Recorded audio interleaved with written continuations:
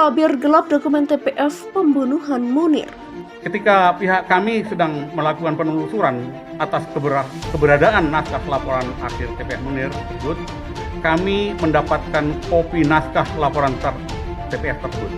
Kopi dari kopi ini akan kami kirim ke Bapak Presiden Jokowi melalui Menteri Sekretaris Negara. Urgensinya ini bukan sekedar mengumumkan. Kalau misalnya, ini kan bagian dari transparansi pemerintah negara terhadap masyarakat. Urgensinya adalah, tadi seperti saya bilang, menyelesaikan kasus Munir. Karena penyelesaian kasus Munir itu adalah hak buat banyak orang. Ini juga saya pikir edukasi, di mana ketakutan ketika itu begitu kuat ya mencengkeram bangsa kita, dan itu yang dia pilih adalah jalan sepi, jalan sunyi. Nah, lepas dari itu sebenarnya saat ini momen yang paling penting, kita harus diingatkan kembali ada yang disembunyikan satu dokumen yang sangat penting.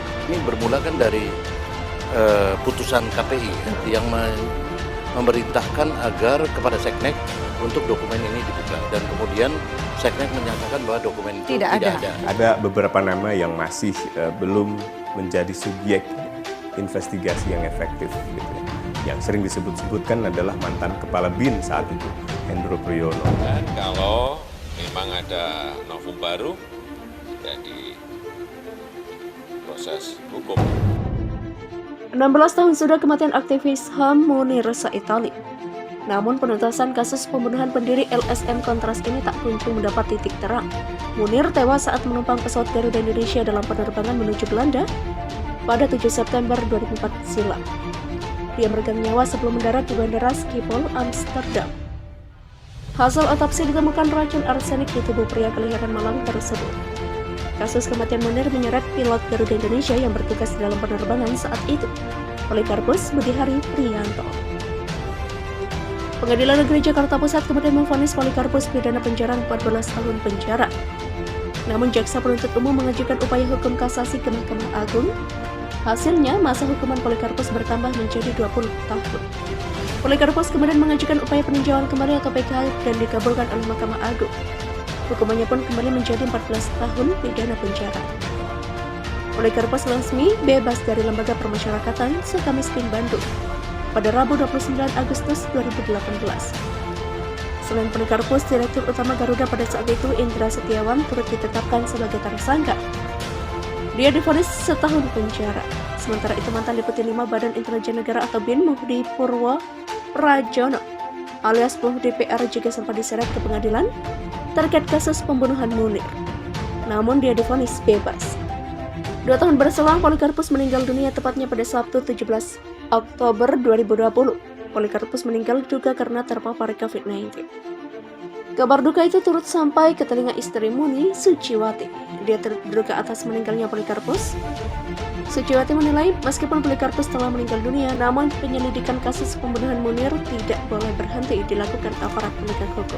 Suciwati menyebut penyelesaian kasus Munir hanyalah janji pemerintah saja. Sebab hingga saat ini lanjut dia, kasus tersebut belum diselesaikan dengan tuntas. Penuntasan kasus tersebut semakin gelap setelah dokumen hasil penyelidikan tim pencari fakta atau TPF hilang. Ombudsman turut menyelidiki mandeknya penuntasan kasus pembunuhan Munir setelah menerima laporan Suciwati. Dia berharap dengan aduannya, Ombudsman dapat menyebab tabir gelap yang sampai hari ini tak kunjung terang. Komisioner Ombudsman Ninik Rahayu mengatakan aduan Suciwati dapat dituntaskan dengan mekanisme pihaknya selama 120 hari. Sebelum sebuah rekomendasi dikeluarkan, Ninik berharap aduan Suciwati yang berkaitan institusi pemerintah ataupun penegak hukum dapat disikapi secara proaktif dan tidak menunda proses penelusuran yang dilakukan Ombudsman. Ninik menyatakan Ombudsman nantinya akan melihat 2 hal. Pertama, mencari keberadaan dokumen itu sendiri dengan mengonfirmasi kepada pemerintah yang seharusnya memiliki sistem atau mekanisme yang profesional dalam mendokumentasikan dokumen-dokumen penting seperti hasil investigasi dari tim pencari fakta.